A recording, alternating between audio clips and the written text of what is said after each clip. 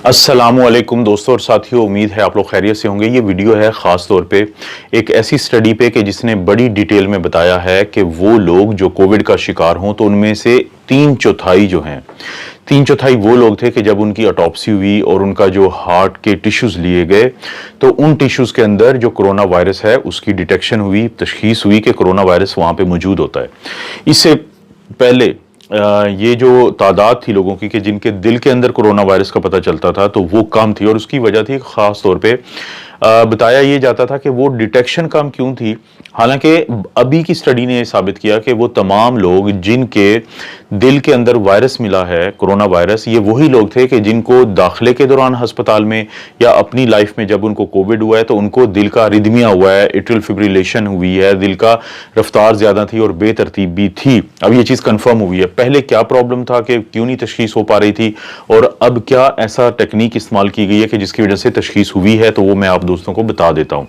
इससे पहले डॉक्टर्स जो एक कन्वेंशनल तरीका है वो इस्तेमाल करते थे। हार्ट का जो टिश्यू होता है उसके अंदर से कोरोना वायरस का जो आरएनए है उसकी तशख़ीस के लिए। लेकिन प्रॉब्लम ये होता है दोस्तों कि जब हार्ट को हम प्रिजर्व करते हैं, जब किसी की ऑटोप्सी होती है और उसके दिल को हम जब प्रिजर्व करते थे, प्रोसेस करते तो हम इस्तेमाल करते थे पैराफिन। अब पैराफिन क्या करती है कि लिक्विड पैराफिन ये करती है कि ये जो आरएनए होता है कोरोना वायरस का उसको तोड़ देती है, उसकी टूट फूट का वो शिकार हो जाता है। लेकिन जो टेक्निक हम पहले कन्वेंशनल इस्तेमाल करते थे उसको कहते हैं RT-PCR यानी रियल टाइम या reverse transcriptase polymerase chain reaction. इसमें ये करते हैं कि जो दिल का टिश्यू होता है उसको लेते हैं, उसके अंदर जो आरएनए होता है कोरोना वायरस का उसको देखते हैं कि ये मौजूद है, उसको फिर डीएनए में पहले तब्दील करते हैं रिवर्स ट्रांसक्रिप्शन के जरिए। फिर उस डीएनए की बनाते हैं हम बहुत ज़्यादा कापियाँ। जब वो कापियाँ एक ख़ास तादाद या ख़ास मिकदार में बन जाती हैं तो हमारे पास एक एलिमेंट होता है जिसको हम फ्लोरेसेंट कहते हैं। उस फ्लोरेसेंट के जरिए हम इसको हम डिटेक्ट करते थे, हम इसका मालूम करते थे कि यहाँ पे वो डीएनए मौजूद है जो हमने कोरोना वायरस के आरएनए से बनाया है। लेकिन पैराफिन के इस्तेमाल की वजह से ये आरएनए इतना ज्यादा टूट फूट का शिकार हो जाता था कि इससे मतलूबा जो मिकदार है उसमें डीएनए कॉपी नहीं होता था। लेकिन इसका हल निकाला है साइंटिस्ट ने खास तौर पे, जिसने बहुत ज्यादा मदद की है दिल के अंदर मौजूद जो कोरोना वायरस है उसकी तशखीस में। उस जो टेक्नोलॉजी का नाम है उसको इन्होंने इस्तेमाल किया। एक है इन सिटू हाइब्रिडाइजेशन और साथ ही नैनो स्ट्रिंग ट्रांसक्रिप्टो प्रोफाइलिंग। ये वो दो ऐसी टेक्नोलॉजीज हैं, टेक्निक्स हैं कि जिनके अंदर आरएनए को तब्दील करने की जरूरत ही नहीं पड़ती डीएनए के अंदर और उसको तब्दील किए बगैर ही डिटेक्ट किया जाता है, जिसकी वजह से मुमकिन हुआ है बहुत सारे लोगों में जिनकी डेथ होगी कोरोना वायरस के बाद तो उनके दिल के टिश्यू के अंदर ये तशखीस हुई, ये डिटेक्ट हुआ कि आरएनए मौजूद था कोरोना वायरस का और कोरोना वायरस भी मौजूद था। लेकिन उसमें 2-3 चीजें यूनिक थी कि वो जो कोरोना वायरस था वो था इम्यून सेल के अंदर। अब सोचा जाता है कि ये वो इम्यून सेल हैं जो किसी और जगह से जिस्म में इन्फेक्ट हुए कोरोना वायरस के जरिए और फिर इन्होंने ट्रैवल किया, इन्होंने सफर किया और ये दिल में आ गए।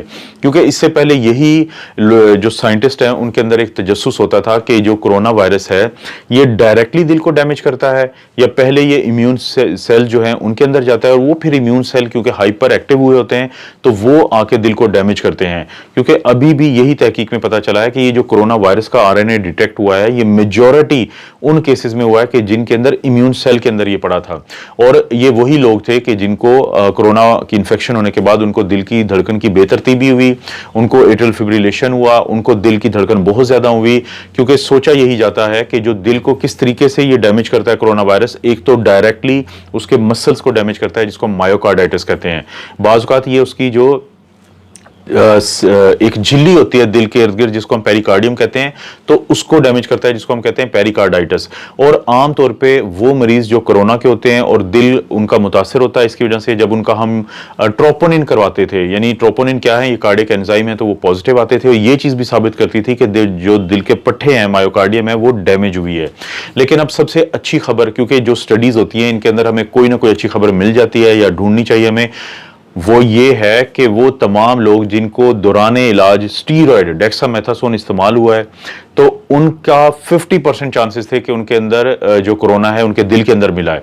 लेकिन वो लोग जिनके अंदर डेक्सामेथासोन नहीं इस्तेमाल हुआ था, तो 90% उनके दिल के अंदर कोरोना वायरस मिला है। इसका क्या मतलब है? इसका सादा लफ्जों में ये मतलब है कि डेक्सामेथासोन, क्योंकि ये सबसे पहली दवाई थी जो कोरोना वायरस में जो अमवात को कम करती थी, और ये स्टडीज भी वो बताती हैं कि वो तमाम लोग जिनके अंदर डेक्सामेथासोन को इस्तेमाल किया गया तो उनकी कम तादाद जो है वो खुदा ना खास्ता दुनिया से गई कोरोना की वजह से। लेकिन वो लोग जिनके अंदर डेक्सामेथासोन का इस्तेमाल नहीं किया गया, तो उनके अंदर चांसेस यही थे कि वो आखिरकार दुनिया में नहीं रहे, और कोरोना उनके दिल में भी पहुंचा, उनके जिस्म के बाकी हिस्सों में भी पहुंचा और नुकसान पहुंचाया।